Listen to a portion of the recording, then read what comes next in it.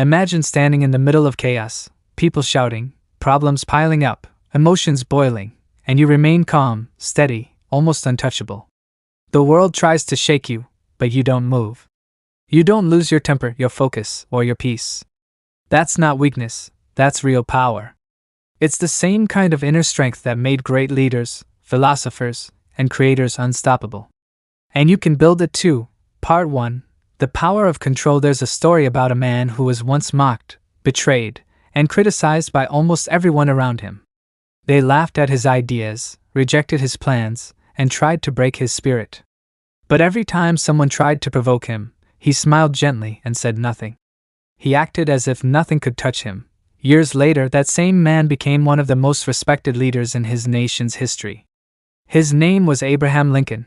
What made Lincoln great wasn't just his intelligence or his speeches, it was his composure. He knew that reacting with emotion would only weaken him.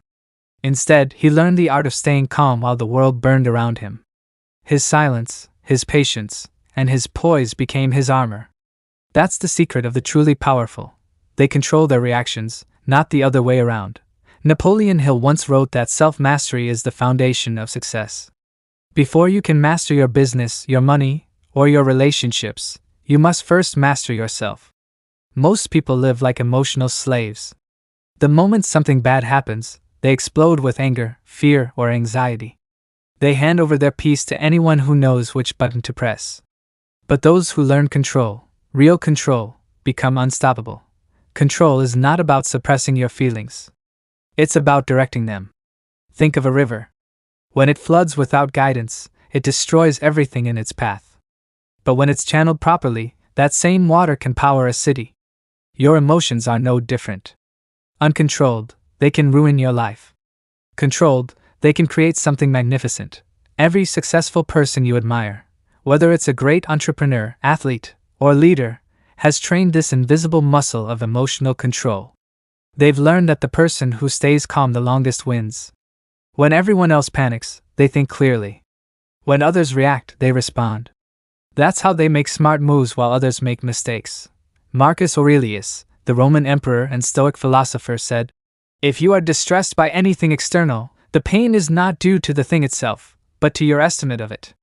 In simple terms, it means, what hurts you isn't what happens, it's how you interpret it. You have the power to change your interpretation at any moment. That's where your freedom begins. Think about the last time someone insulted you. Maybe they questioned your intelligence, your appearance, or your worth. Did you get angry? Did you feel the need to defend yourself? Most people do. But what if you could walk through that moment completely calm? What if their words bounced off you like rain off a waterproof coat? That's emotional mastery. That's power. Seneca, another Stoic thinker, said, "The greatest remedy for anger is delay." It's simple but profound. When something triggers you, pause. Don't react. Take a deep breath. Count to 10. In those few seconds, your emotional brain cools down, and your rational mind wakes up. That short delay can save relationships, jobs, and reputations. Let's make this practical. The next time someone frustrates you, maybe your boss criticizes you unfairly, or a friend says something hurtful, try this. 1. Pause before responding. Point 2. Breathe deeply and let the first wave of emotion pass. Point 3. Ask yourself, will reacting help me or hurt me? 4. Choose silence or calm words that reflect your strength, not your weakness. You'll feel something magical happen. You'll notice that the situation loses its power over you. You'll walk away lighter, clearer, and more confident. Remember this, your reaction defines you more than the event itself. Anyone can stay calm when life is easy. But when things get difficult, your response reveals your character. The person who keeps control keeps their crown. Napoleon Hill often taught that. Self-discipline begins with the mastery of your thoughts. If you do not control your thoughts, you cannot control your needs. That applies directly to emotions too. Every time you choose calm over chaos, patience over panic, or silence over shouting, you strengthen your inner discipline. Let's take another example. A man I once knew was wrongly accused at work. His boss called him out in front of everyone for a mistake he didn't make. His face turned red, his hands shook. Everyone waited for his explosion. But he didn't react. He looked at his boss calmly and said, I understand your concern. Let me check the report and get back to you. Later, the truth came out. He wasn't at fault. And guess what happened? His calm response earned him more respect than any loud defense ever could. That's what control looks like. That's how composure becomes a silent weapon. You don't need to shout to prove your strength. You don't need to argue to defend your worth. Calmness speaks louder than any emotion. The people who stay calm are like mountains. The wind may blow, the rain may fall, but the mountain never moves. And over time, even the storms respect it. So from today, make this your mission. Practice calm like a discipline. Every time life tests you, see it as training. Every insult is a weight you can lift to grow stronger. Every setback is a chance to prove your control, because a calm mind is a powerful mind. And a powerful mind can achieve anything. When you master the art of staying unshaken, you'll notice something incredible. People will start to treat you differently. They'll trust you more. They'll look to you for guidance. And deep down, they'll wonder, what makes this person so composed when the rest of us are falling apart? That's the secret of the great ones. From Lincoln to Marcus Aurelius to every master of success Napoleon Hill ever studied. Their calm wasn't luck, it was training. And if you begin that training today, soon the storms around you won't bother you anymore. You'll still feel the wind, but it won't move you.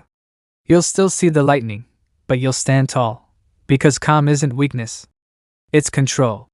And control, my friend, is the highest form of power. Would you like me to continue writing part 2, Control Your Reactions, in the same tone and Napoleon Hill, inspired storytelling style, about 1,000 words? Title: The Art of Unshakable Calm, Part 2, Silence, Control, and the Power to Walk Away. Hook. Have you ever noticed that the calmest person in the room often holds the most power? They don't need to raise their voice, defend their ego, or argue to prove a point. Their silence commands attention. Their composure demands respect. In a world addicted to reaction, the one who remains calm becomes unstoppable. This is the power Napoleon Hill called self-mastery. The ability to rule your emotions instead of being ruled by them.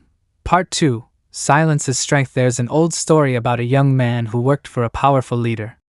One day, his boss accused him of a mistake he didn't make, in front of everyone. The young man's face turned red with anger. His hands trembled. He wanted to shout, to defend himself, to prove his innocence. But then he remembered something his mentor once told him. The one who controls his reaction controls the outcome. So instead of exploding, he stayed quiet. He took slow, deep breaths. He let the storm pass. The next day, when tempers had cooled, he calmly presented the facts that proved he was right. His silence had protected his reputation. His calm had earned everyone's respect. That's the power of controlled reaction. Your response, more than your words or your achievements, defines your true strength. It's the difference between someone who loses control and someone who leads. Napoleon Hill wrote, "Self-discipline begins with the mastery of your thoughts."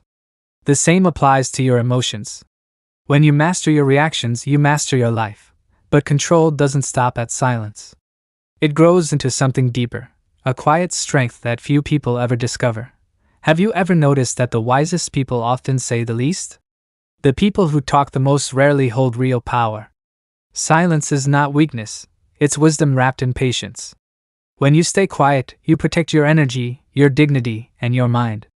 You stop wasting words trying to explain yourself to those who are determined not to understand. Silence gives you the upper hand because it allows you to observe. While others are busy talking, you're watching, listening, and learning.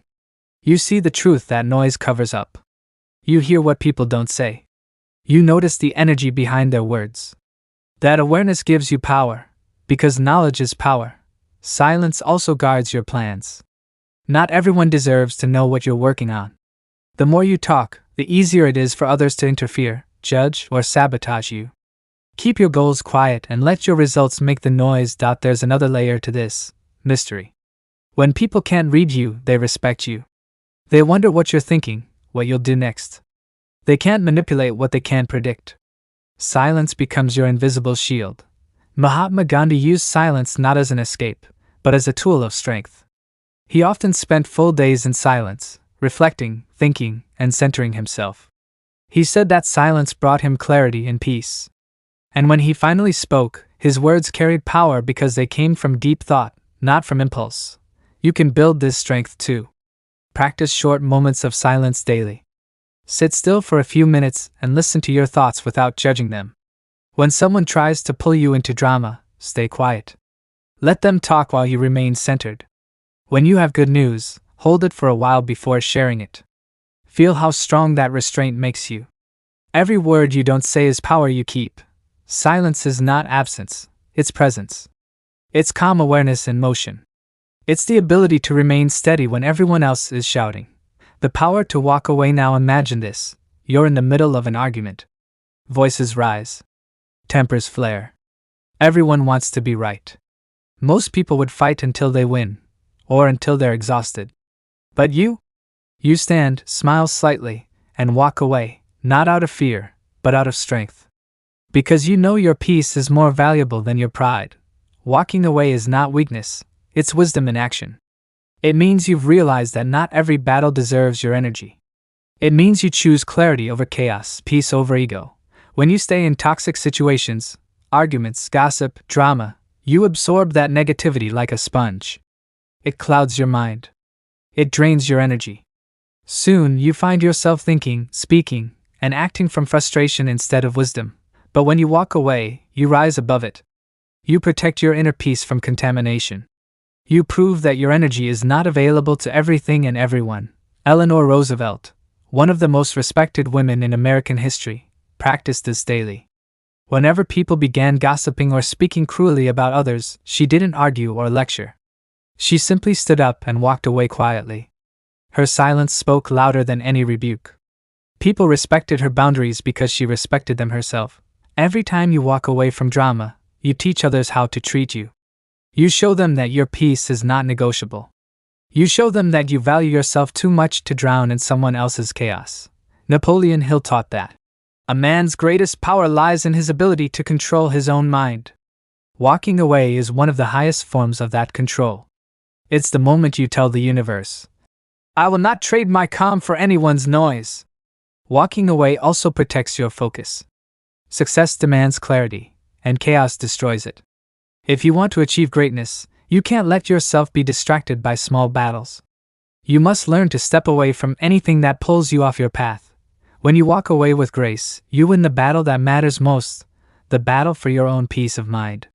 And peace, once mastered, becomes your greatest strength. Think before you speak. Now let's talk about one of the most underestimated forms of control, thinking before you speak. It sounds simple, but it's one of the hardest things to do consistently. How many people have destroyed relationships, lost jobs, or ruined their reputation because of one moment of careless speech? Words are powerful. They can heal, inspire, or destroy. Once spoken, they can't be erased. Before you say anything in anger or frustration, pause.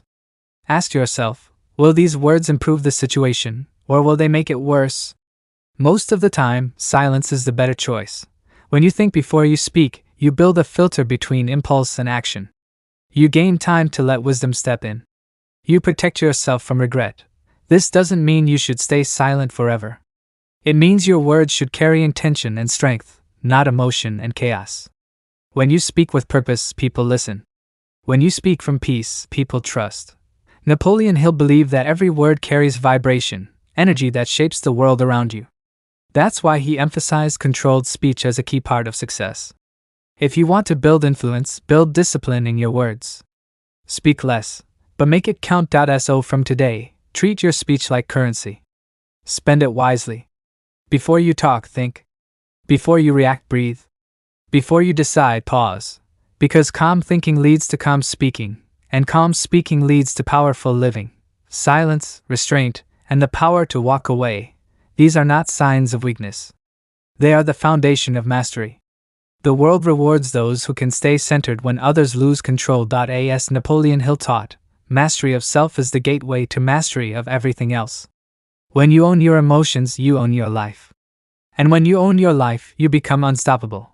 Would you like me to continue with part 3 in the same Napoleon Hill inspired storytelling style about think before you speak and detach from outcomes? Title: The Art of Unshakable Calm, Part 3, The Power of Words, Control, and Inner Freedom. Hook: Have you ever said something in anger that you instantly regretted? Maybe a single sentence that hurt someone you cared about, or made a situation worse than it had to be.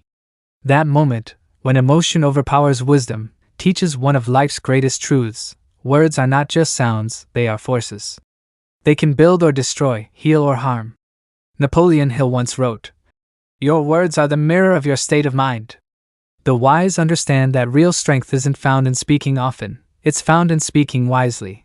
Part 3. Think before you speak. There's a story of a craftsman in Philadelphia who was known not for how much he said, but for how carefully he spoke. His name was Benjamin Franklin. Franklin believed that every word was like a coin. You should spend it only when it brings value. Before he opened his mouth, he would pause, study the moment, and think, will this word build or break? Heal or harm? That pause gave his words power. People trusted him because he never spoke without purpose. His silence made his speech golden. He could calm heated arguments, mend broken relationships, and inspire unity simply because his words carried the weight of thought. This is the first lesson of emotional mastery, restraint. When you pause before you speak, you are no longer a servant to emotion, you become its master. You stop giving away your power with every burst of anger or frustration. You turn your words into instruments of influence, not weapons of destruction. Anger makes people talk fast. Wisdom makes people talk slow. The difference between the two determines your destiny. When emotion runs high, remember this truth. Once words are spoken, they can't be taken back. They travel faster than bullets and hit deeper than knives. You can apologize later, but the wound may remain. Words can make someone believe they're worthless, or remind them they are loved and capable of greatness. That's why your mouth must have guards. Before speaking, ask yourself 3 questions. Is it true? Is it kind? Is it necessary? These 3 questions are like wise sentinels standing at the gate of your mind. If your words pass their test, release them. If not, let silence do the talking. Napoleon Hill emphasized the same discipline in Think and Grow Rich. Think twice before you speak, because your words and influence will plant the seed of either success or failure in the mind of another. Every sentence you speak plants something, either harmony or chaos. So, plant carefully. I once knew a business owner who lost a great employee because he couldn't hold his tongue. One bad day, after a series of mistakes, he snapped and shouted, "You're useless!" The employee left that day and never came back. Months later, the owner admitted that those 2 words cost him more than any financial loss. He said, "If I had waited 5 minutes, taken a breath, I'd still have my best man." A 5-second pause could have changed everything. That's how powerful controlled speech is. Start practicing today. When you're angry, don't answer immediately. When you're criticized, pause before defending yourself. When you're excited, wait before announcing your plans. You'll find that silence often protects your dreams better than speech ever could. Because sometimes, silence isn't emptiness, it's strength contained. Focus on what you can control. Have you ever noticed how some people remain calm even in chaos? They seem untouchable. That's because they know one secret: they only focus on what they can control. Most of our suffering doesn't come from life itself, it comes from trying to control the uncontrollable. We want others to behave a certain way. We want every plan to go perfectly. We want the world to bend to our will. But life doesn't work that way. Peace begins the moment you stop wasting energy on what's beyond your reach. You can't control the weather, but you can carry an umbrella. You can't control traffic, but you can leave earlier. You can't control whether people like you, but you can choose to be kind and authentic. You can't control what happens, but you can control how you respond. That's where your true power lies, in your response. Napoleon Hill called this the power of direct control. He said, "You have absolute control over but one thing, your own thoughts. Everything else, people, outcomes, events, is temporary and unstable. But your inner discipline is yours forever." There was once a farmer who understood this truth better than most. Every spring, he looked to the sky, hoping for rain. Some years, the rain came late. Some years, not at all. At first, he worried endlessly, pacing at night, staring at clouds that never broke. But one day, he realized, worry didn't bring rain. So he stopped worrying. He focused on preparing his soil, planting on time, and caring for his crops. He did his part with excellence, and let nature do the rest. The years that others failed, he still thrived, because his peace was rooted in his discipline, not in the weather. This is mastery, to pour your energy only into what you can influence, and let the rest go. Try this simple practice. When anxiety creeps in, divide your thoughts into 2 mental lists. List 1, things I can control. List 2, things I can't. Then focus only on list 1. Every time you catch yourself worrying about someone else's opinion, the economy, or the past, remember, that's list 2. Let it go. You'll find yourself calmer, stronger, and more focused than ever before. The moment you stop trying to control everything, you gain control of yourself. And that is real freedom. Keep your feelings private. In the age of social media, where everyone broadcasts their emotions to the world, there's something rare and powerful about a person who keeps their feelings private. Keeping emotions to yourself doesn't mean being fake. It means protecting your inner peace from those who might misuse it. It's emotional intelligence in its purest form. When you show every feeling, you give others power over you. People who want to control you will study your reactions like a map. They'll learn what hurts you, what scares you, what makes you angry. But when your face remains calm, when your emotions stay private, you become unreadable. You become powerful. Napoleon Hill called this emotional economy. Just as you don't spend money carelessly, you shouldn't spend emotions carelessly either. Not everyone deserves access to your heart. There's a story of a teacher who mastered this skill. Her students often tried to push her buttons, testing her patience, making rude remarks, to see if she'd lose her temper. But she never did. She smiled, stayed calm, and carried on teaching. The students eventually stopped trying because she didn't give them the reaction they wanted. Her silence became her armor. That's what emotional privacy gives you: control. When others can't predict your reactions, they can't manipulate your peace. Try this. Before sharing your feelings with someone, pause and ask, have they earned this? If not, keep it to yourself. Write it in a private journal instead. Let your thoughts settle before sharing them. As Hill said, tell the world what you intend to do, but first show it. The less you reveal, the more powerful you become. Your emotions are treasures. Treat them as such. Let patience be your strength. In a world that rewards speed, patience has become a rare superpower. Yet, the most successful people understand that all great things, wealth, mastery, love, take time. George Washington knew this.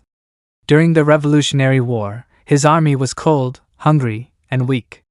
Many urged him to attack quickly, but Washington waited. He studied, observed, and prepared. His patience frustrated the enemy, and eventually it won the war. Patience isn't passive, it's strategic waiting.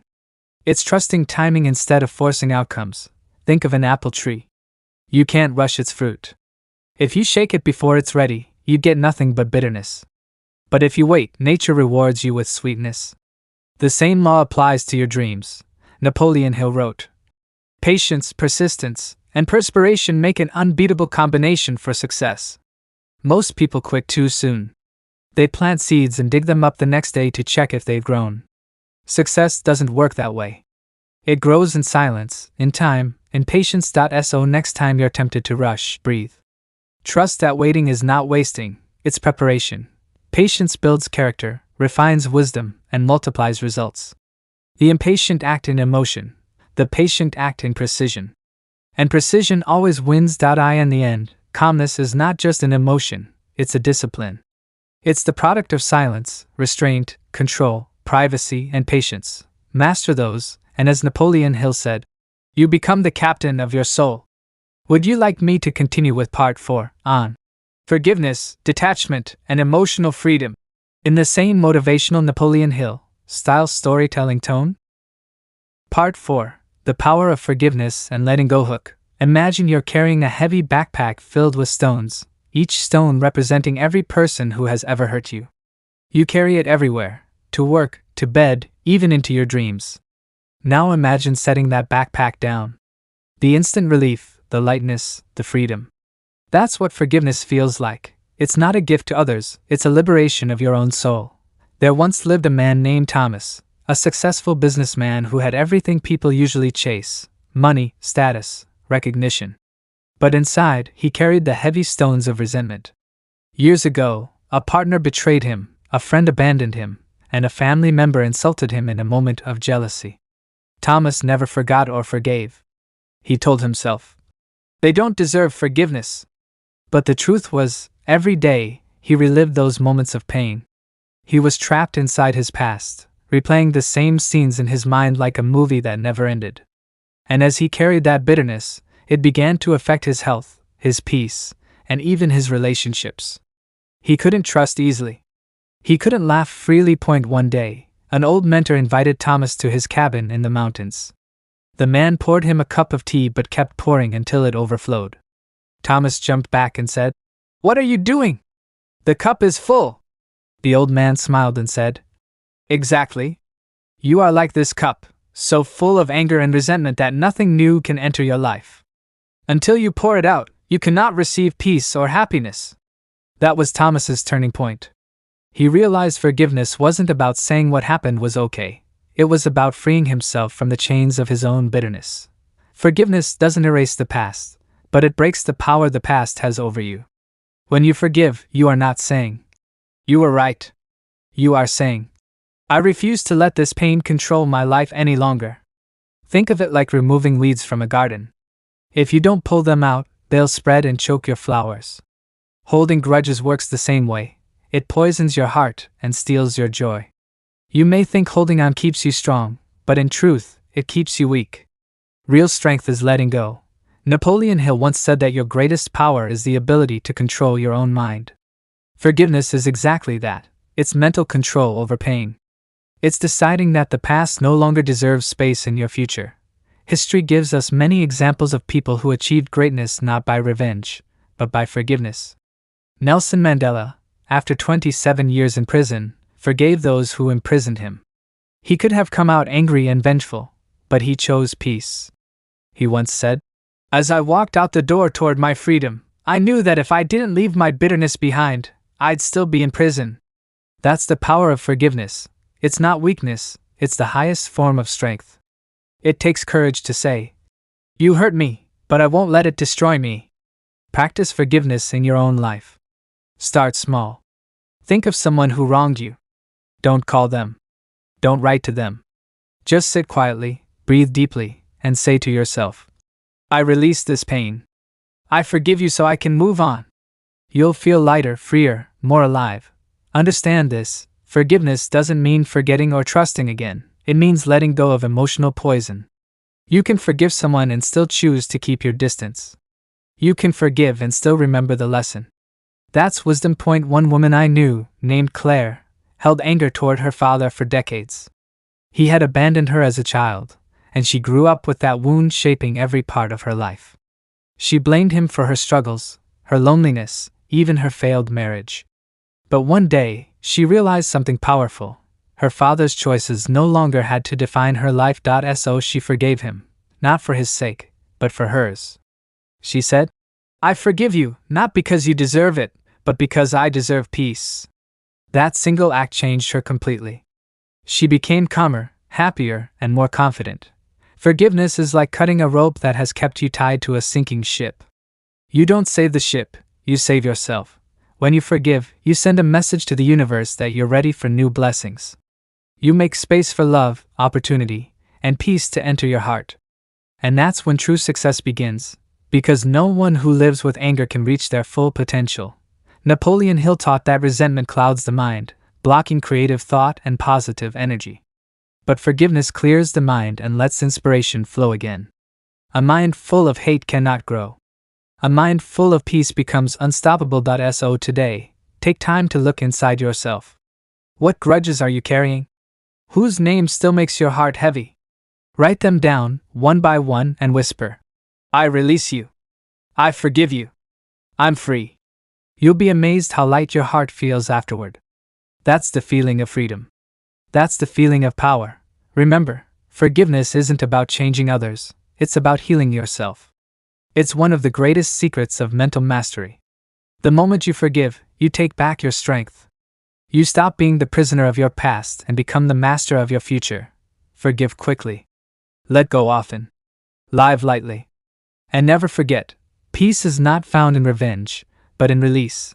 End of part 4. To be continued in Part 5. Would you like me to continue with Part 5 in the same style, about patience and emotional mastery? Part 5. The Strength of Patience. Hook. Have you ever watched a seed grow into a tree? You can't rush it. No matter how much you water it or how often you stare at the soil, it takes time. Yet every single day, something invisible is happening beneath the surface. That's how success works too. Patience isn't weakness, it's silent power. There was once a young man named Daniel who wanted to become wealthy fast. He read every success book he could find, jumped into every new business opportunity, and changed plans every few months. Each time something didn't work immediately, he gave up and moved to the next big thing. Years went by, and he had nothing to show for his efforts except frustration and exhaustion. One day, Daniel visited an old farmer known for his wisdom. The farmer was calmly tending his crops, his face peaceful even though the weather was uncertain. Daniel asked him, "How can you stay so calm when your crops depend on something you can't control?" The farmer smiled and said, "Because I trust time. I do my work, and then I wait. The seed doesn't argue with the soil or demand results overnight. It just grows when it's ready. That's how life works too." Those words stayed with Daniel. He realized that his impatience had been his greatest enemy. He was planting seeds of effort but digging them up too soon to check for progress. Napoleon Hill once wrote that patience, persistence, and faith are the foundation of all success. He believed that success comes not to those who rush, but to those who wait with purpose. Patience is not about sitting idly, it's about continuing to work quietly while trusting the process. Think of Thomas Edison, who tested over 1,000 materials before finding the right one for the light bulb. He didn't fail 1,000 times, he succeeded in finding 1,000 ways that didn't work. That's patience with purpose. In our world today, people want instant rewards. Fast money. Quick fame. Immediate results. But true greatness doesn't happen that way. Every strong building needs a deep foundation, and that takes time to build. Every wise person had to spend years learning through trial, error, and quiet perseverance. Patience teaches us to believe that what we're working toward will come at the right time. It trains the mind to stay calm when the world around us moves too fast. Without patience, we destroy our own progress. Daniel began practicing patience in small ways. He stopped switching plans so often. He chose one goal and stuck with it every day, even when he saw no visible results. Some days were frustrating, but he reminded himself of the farmer's words. Trust time. Months passed, and his work slowly began to bear fruit. Clients started returning, opportunities appeared, and his income grew. It wasn't magic, it was maturity. His patience had turned effort into success. When you learn to be patient, you gain power. Impatient people act out of fear. They fear missing out, losing, or falling behind. But patient people act out of faith. They trust their vision and keep going even when they can't see the outcome yet. Patience also protects you from making rash decisions. Many people lose great opportunities simply because they couldn't wait. They quit too soon, speak too fast, or rush into something before it's ready. But those who can wait, observe, and plan end up far ahead. George Washington understood this during the Revolutionary War. His army was smaller, weaker, and poorly supplied. Many wanted him to attack immediately, but he waited. He observed. He studied his enemies. And when the right moment came, he struck with precision and won. His patience saved an entire nation. Patience also brings peace. When you stop demanding instant results, life becomes calmer. You stop comparing your journey to others. You stop worrying about timing because you trust your own. The stress fades and focus grows stronger. A wise person once said, "The two most powerful warriors are patience and time. Together, they can conquer anything." Patience turns chaos into clarity, anger into wisdom, and failure into growth. If you want to build this strength, practice small moments of waiting. When you're standing in line, use that time to breathe deeply instead of complaining. When you want something badly, wait one more day before acting. This small act builds the muscle of self-control. When someone offends you, don't respond right away. Let silence do the work for you. Time has a way of revealing truth and bringing balance to every situation. Many problems solve themselves when you wait instead of reacting. Napoleon Hill believed that patience is a part of faith. the belief that what you desire will come at the right time if you keep moving in the right direction. Faith without patience becomes frustration, but patience turns faith into power. Daniel, the young man who once rushed through life, eventually became a mentor himself. When younger entrepreneurs came to him for advice, he always told them the same thing. The tree that grows slow bears the sweetest fruit. Trust the process. The roots are growing even when you can't see them. Patience doesn't mean doing nothing. It means doing your best and letting time handle the rest. The person who can wait calmly while continuing to work is unstoppable. In every part of life, love, success, money, health, patience separates those who merely wish from those who achieve. The impatient give up right before their victory. The patient stay steady and eventually win. Every time you choose patience over frustration, you gain a new layer of strength. You become calmer, wiser, and more confident. You stop chasing and start attracting. So whenever life feels slow or unfair, remember this truth: even the sun rises 1 inch at a time. Trust your timing. Keep working quietly. Let patience be your superpower. Because while the world rushes, the patient ones are preparing, and when the moment is right, their results will speak louder than words. End of part 5. To be continued in part 6. Would you like me to continue with part 6, final part, in the same Napoleon Hill style motivational storytelling? Part 6. The power of forgiveness and emotional mastery. Hook. Imagine carrying a heavy backpack filled with rocks every single day. You wake up, put it on, and drag it everywhere: work, home, even to sleep. Each rock represents anger, resentment, or betrayal you refuse to let go of. Now imagine the moment you finally drop that backpack. The relief, the freedom, the lightness. That's what forgiveness feels like. Forgiveness isn't weakness, it's emotional freedom. There was once a man named James who had built a small business from nothing. He trusted a partner deeply, someone he called his friend. But one morning, he discovered that his friend had stolen money and left him in debt. James lost everything. His anger burned for years. Every night, he replayed the betrayal in his mind. He wanted revenge, but revenge only kept him stuck in the same pain. His business failed, his health suffered, and he pushed good people away. One day, sitting alone in a small apartment, he read a passage from Napoleon Hill. No man can succeed in life if he carries hatred and resentment in his heart. These emotions poison the soul and cloud the mind. That night, something changed inside him. James realized that the man who betrayed him had already moved on. The only person still suffering was himself. Forgiveness, he understood, wasn't about letting the other man win. It was about freeing himself from the mental prison of anger. Forgiveness is one of the highest forms of self-mastery. It means you value your peace more than your pain. You no longer hand control of your emotions to someone who hurt you. You take your power back. When you forgive, you shift from being a victim of the past to being the creator of your future. The moment you let go, you make space for new opportunities, new happiness, and new strength. You stop fighting old battles and start winning new ones. Napoleon Hill taught that the mind cannot operate effectively under negative emotions. Fear, jealousy, hatred, and resentment block creative thinking and attract more negativity. But when you clear those emotions through forgiveness, you open the door to faith, love, and abundance. Think of your mind as a garden. If you let weeds of anger and hate grow, they choke out everything beautiful. But if you pull out the weeds, the flowers of peace and success bloom naturally. Forgiveness does not mean forgetting or allowing others to harm you again. It means deciding that the past will no longer control how you feel today. It means you can remember the lesson without reliving the pain. It means your heart stays light even when the world gets heavy. James began rebuilding his life slowly. He focused on what he could control: his thoughts, his actions, his effort. He stopped wasting time thinking about revenge and instead started thinking about opportunity. Within a few years, he built a new business, stronger and more honest than before.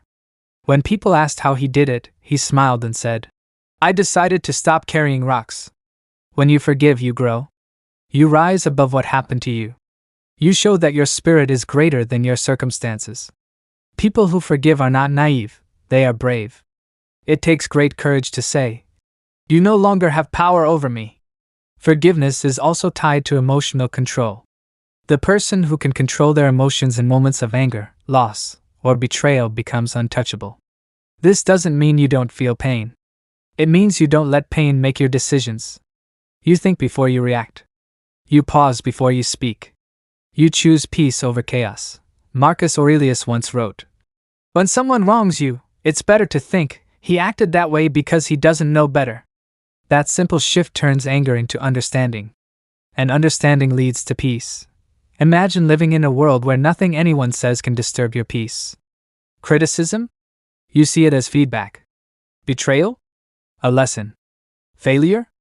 A stepping stone. This is mastery, the calm confidence of someone who has tamed their emotions and trained their mind to serve them, not control them. Napoleon Hill believed that self-discipline over emotions is one of the greatest forms of personal power. When you master your reactions, you master your destiny. Life will still test you, but your inner calm will guide you through any storm. Forgiveness and patience go hand in hand. Forgive yourself too, for your mistakes, for your delays, for not knowing better at the time. Every person is growing, learning, and evolving. When you forgive yourself, you remove guilt that holds you back from moving forward. Remember, calm is not weakness. Silence is not surrender. Forgiveness is not forgetting. They are all signs of maturity and control. You choose where your energy goes, and you choose to put it only where it creates peace, progress, and purpose. Your peace of mind is your most valuable possession. Protect it like treasure. Never let anger, gossip, or negativity take it away. When people try to provoke you, let them see your calmness and wonder how you do it. That's real power. The great leaders of history, Lincoln, Gandhi, Washington, shared one trait: emotional discipline. They faced criticism, betrayal, and impossible challenges, but they stayed composed. Their power came not from louder voices but from calmer minds. Forgiveness frees your mind for creation. Calmness sharpens your focus. Patience strengthens your resolve. And self-control turns every obstacle into opportunity. By now, you've learned the pillars of emotional mastery: calm, control, silence, walking away from chaos, patience, and forgiveness. Together, they form the foundation of unstoppable strength.